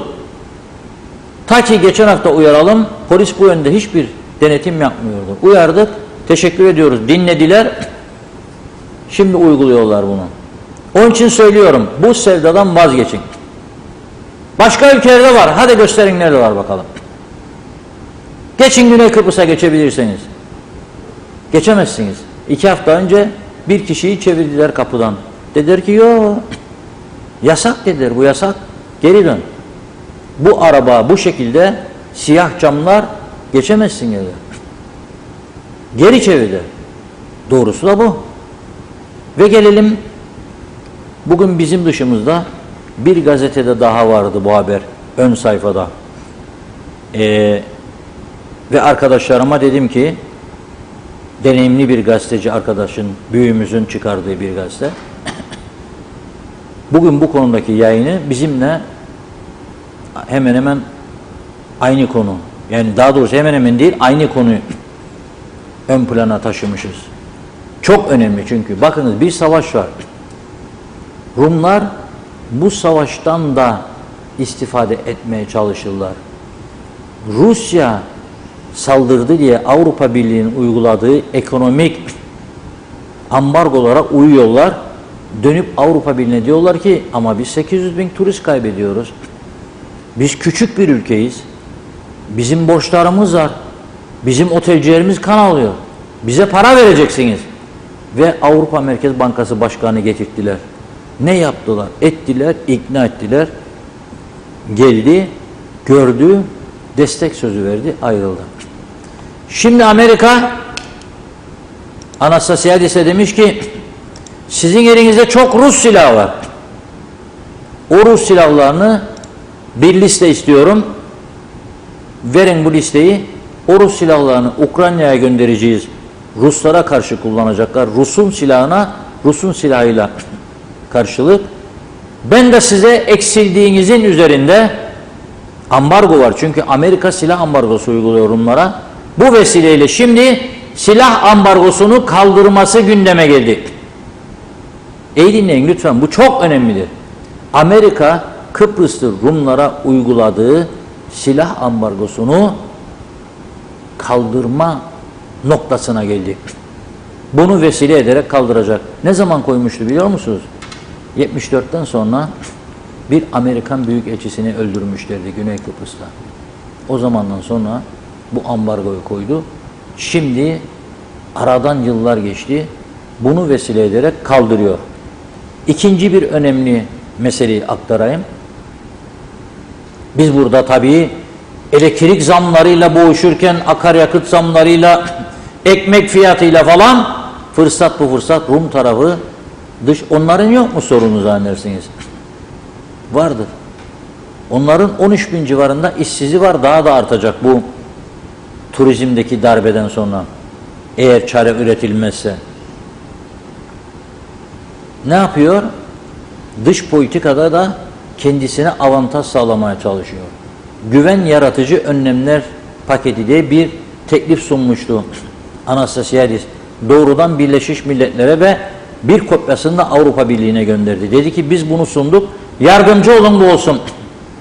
Nedir? İçeriğini tam olarak bilmiyoruz ama ana başlık versinler Maraş'ı eski sakinlerine Türkler, Mausa Limanı'ndan Ercan Havaalanı'nda Birleşmiş Milletler denetimine versinler. Biz de ambargoyu kaldıralım, uluslararası uçuşlar başlasın. Yani Londra'dan British Airways, Frankfurt'tan Lufthansa, Avusturya'dan Austrian Airlines çıksın gelsin. Dubai'den Emirates, fena mı olur ya? Ama bizim taraf dedi ki olamaz dedi. Birleşmiş Milletler'e biz güvenmiyoruz. Yani sanki de al git de güvenelim meselesi miydi bu? Hayır. Anlaşma imzalanacak. Anlaşma imzalanacak. Neyse ama vermeyiz dedik. Maraş'ta bizimdir dedik ve demeye devam ediyoruz. Şimdi onlar ne yaptı? Dedi ki bu Rusya-Ukrayna savaşı sebep oldu. Avrupa'nın doğal gaz ihtiyacını karşılamak için İsrail, Mısır ve Kıbrıs. Kıbrıs'ın daha gazının çıkmasına zaman var. Fakat ileride önemli bir açığı kapatacak diyorlar. Bu yüzden Doğu Akdeniz'in önemi artmıştır. Biz de diyoruz ki Doğu Akdeniz'de bir an önce barışı sağlayalım. Nasıl sağlayalım? İşte Türkiye işgal ettiği Maraş'tan çekilsin öncelikle. Bir güven ortamı olsun. Biz de Ercan açılsın ama BM kontrolünde. Çünkü aksi halde KKTC'yi tanımış olur. Yapmazlar bunu. Asla. Ve ne oluyor? Bunu ileri götürüyorlar. Biden'dan rica etti Anastasiadis bir hafta önce. Dedi ki NATO zirvesine gitti. Brüksel'de görüştü. Dedi ki lütfen dedi Türkiye'yi ikna ediniz. Bu önerilerimizi değerlendiriniz. Ne yaptı Biden? Değerlendireceğim dedi. Söz dedi. Şimdi önümüzdeki günlerde bu ayın ortasında Dışişleri Bakan Yardımcısı Amerika'nın güven yaratıcı önlemleri görüşmek üzere adaya geliyor. Ardından ve bugün Cumhurbaşkanı'ndan bir açıklama geldi. Cumhurbaşkanımızla da görüşecek. Bu da güzel haber. Ardından Birleşmiş Milletler Genel Sekreterinin yardımcısı geliyor. Yine aynı konu için. Yani dış politikada önemli gelişmelerin arifesindeyiz. Bunları bilerek içte ne kadar sağlam olursak diyorum haftalardır, aylardır. Ama görünen o ki içi sağlam tutacak gelişmeler de yok. Birbirimize düşmeyelim, birbirimizi kıskanmayalım, birbirimize hava atmayalım, birbirimize çalım atmayalım, birbirimizi yok etmeyi düşünmeyelim. Bugünlerin yarınları da var. Evet. Son mesajları okuyalım, bitirelim Azal Hanım. Tabii ki hemen kaldığımız yerden devam ediyoruz. Hızlıca bulalım. Evet, Kudret Eriz, bu iş bitti, evli evine, köylü köyüne demiş. Süleyman Hüseyin, deprem olunca kirayı, virüs olunca gıdayı, Ramazan olunca pazarı 3 katına çıkaran bir toplum yorumunu yapmış. Mehmet Bozyel, hayat çok pahalı, geçinemiyoruz diyor. Ali Dereseven, tek bir kurumumuzu dahi yönetemeyip, ülke hızla uçuruma doğru giderken her zaman yanımızda olduğunu bildiğimiz anavatan bu duruma niye el atmıyor diye sormuş. Tema Yavaş Londra'dan selamlarını iletmiş. İyi yayınlar diliyor. Teşekkür ediyoruz. Necat Koray Sel Eker, Başbakan elektrik faturalarının yeniden değerlendirileceğini söylemiş.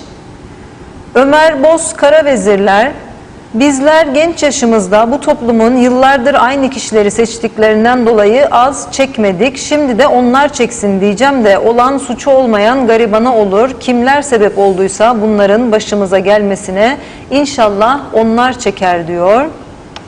Mehmet İnancı, CHP lideri Kılıçdaroğlu ödemem dedi elektrik faturasını. Memlekette kimse ödemesin, faturaları alıp Kıptek binasına götürsünler. Bakalım hükümetçilik yapanlar ne yapacak?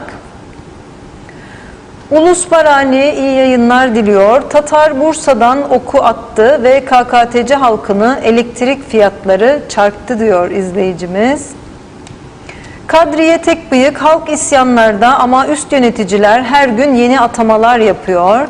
Vedat Özkan Ankara'dan iyi akşamlar, iyi yayınlar. Her zaman söylediğim gibi kamu faturalarını her zaman halk ödüyor. Ercan Ergün, battık yahu açız diyor. Murat Arslan, bütün ana caddelerde gündüz sokak lambaları yanıyor. Bu elektrik kesintisi neyin nesi demiş. Osman Mene iyi yayınlar, iyi akşamlar diliyor. İlker Çetin, Reşat Bey hala bizle alay ediyorlar. Bayrağımızı indiremeyecekler, ezanı susturamayacaklar. Başka bildikleri bir şey yok diyor. Vedat Özkan 2,5 TL'ye yakıt alarak elektrik üretmek çağ dışıdır demiş. Yatırım olmadan ülke asla kalkınamaz. Vekiller de bunu biliyor fakat çaresizler. Bana ne, ben maaşımı alırım, ne yapayım düşüncesi hakim demiş. Alex, vatandaşı elektrik çarpmadı, vatandaş verdikleri mühürler ve oylar çarptı diyor. Belgin Rıfat, ekonomik sıkıntıda olan o kadar reklamcı var, versinler özel bir şirkete tüm Kıbrıs'ın tabelalarını düzenli kontrol etsin, 3 ayda bir boyalarını yenilesin, yapamıyorlarsa adamları yoksa eminim daha ucuza mal olur devlete diye yorumunu iletmiş. Mehmet İnancı, Gara Mercedesler satılmalı diyor, örtülüler Cumhurbaşkanı'nın da örtülüsü kaldırılmalı, ayrıca tüm bakanlıkların örtülü ödenekleri kapatılmalı diyor. Mehmet Akın, vatandaşlıklar versinler bir asgari ücret karşılığında devlete, bizler de katkı sağlayalım. Dosyalar raflarda çürüdü diyor. Hazırlansınlar, hak edenlerin kimliklerini bizler de üzerimize düşeni yapalım. Ben çözüm üretiyorum, onlar da alternatif üretsinler, bizler de destekleyelim. Bu ülke hepimizin, birlikte olursak, kenetlenirsek bu kötü günlerde geçer inşallah demiş.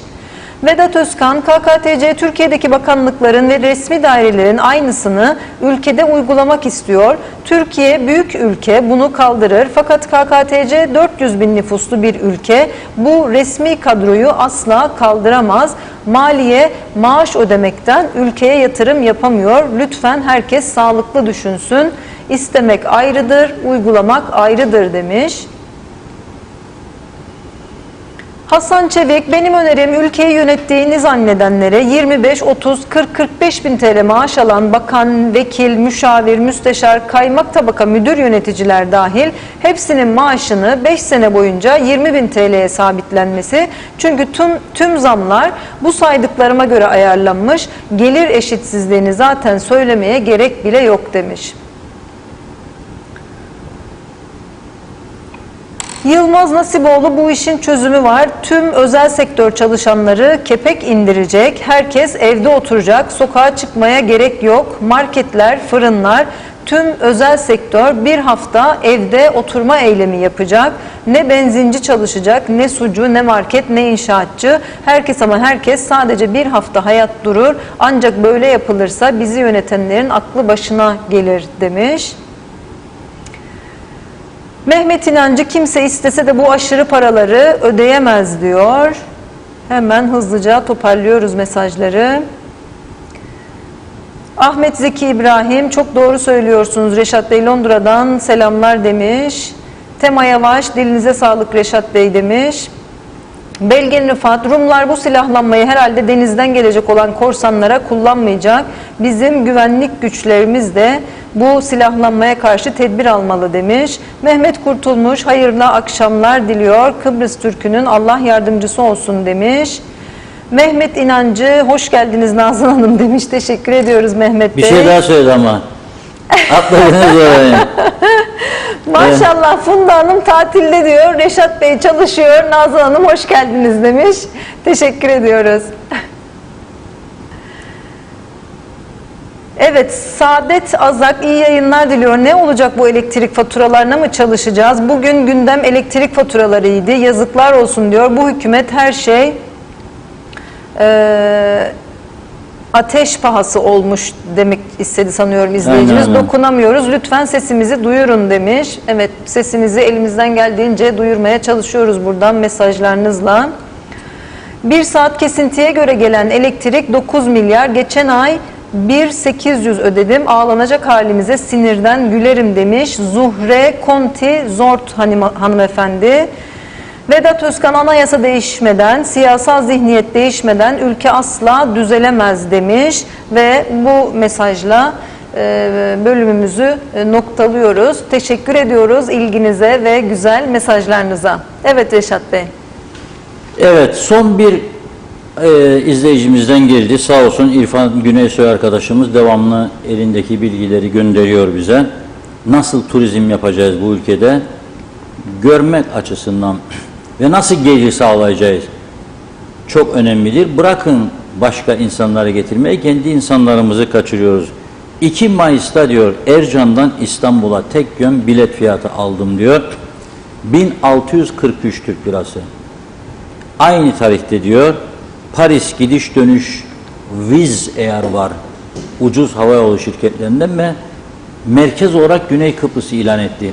Sanki yerli havayoluymuş gibi, çünkü hava alanı vergilerini o kadar düşürdü ki Rum yönetimi sırf uçak şirketlerini çeksin diye ve daha çok turist getirsinler diye. Çünkü uçak gelirken boş gelmeyecek. Turist getirecek, fiyat düşürüp ve o da Güney Kıbrıs turizmine yarayacak diye. Akıllı politika uyguluyorlar. Paris gidiş dönüş 37 euroya kestim diyor. 40 eurodan koysam 640 TL ediyor. İyi dinleyin lütfen. Larnaca Paris gidiş dönüş, gidiş 5 saat, dönüş 4 saat. Dönüşler daha kısa olur daima. 640 TL. Ercan İstanbul 1 saat 20 dakika uçuş, 1643 TL bir gidiş, sadece one way, gidiş dönüş değil. Onun için çok sıkıntımız var daha. Ben diyorum ki çok da kötü durumda değiliz daha. İyi günlerde olduğumuzu düşünüyorum daha. Çünkü sonuç çok, yani üretim, fikir geliştirip sorunlarla ilgilenme gibi bir durum yok. Üzücü bir durum ama biz elimizden geldiğince önerilerimizi yapıcı bir şekilde aktarmaya, sunmaya, düşüncelerimizi burada izleyicilerimizle birlikte tartışmaya devam edeceğiz. Bizi bugün izleyen herkese çok teşekkür ediyoruz. Nazan Hanım'a da bizimle birlikte olduğu için çok teşekkür ediyoruz.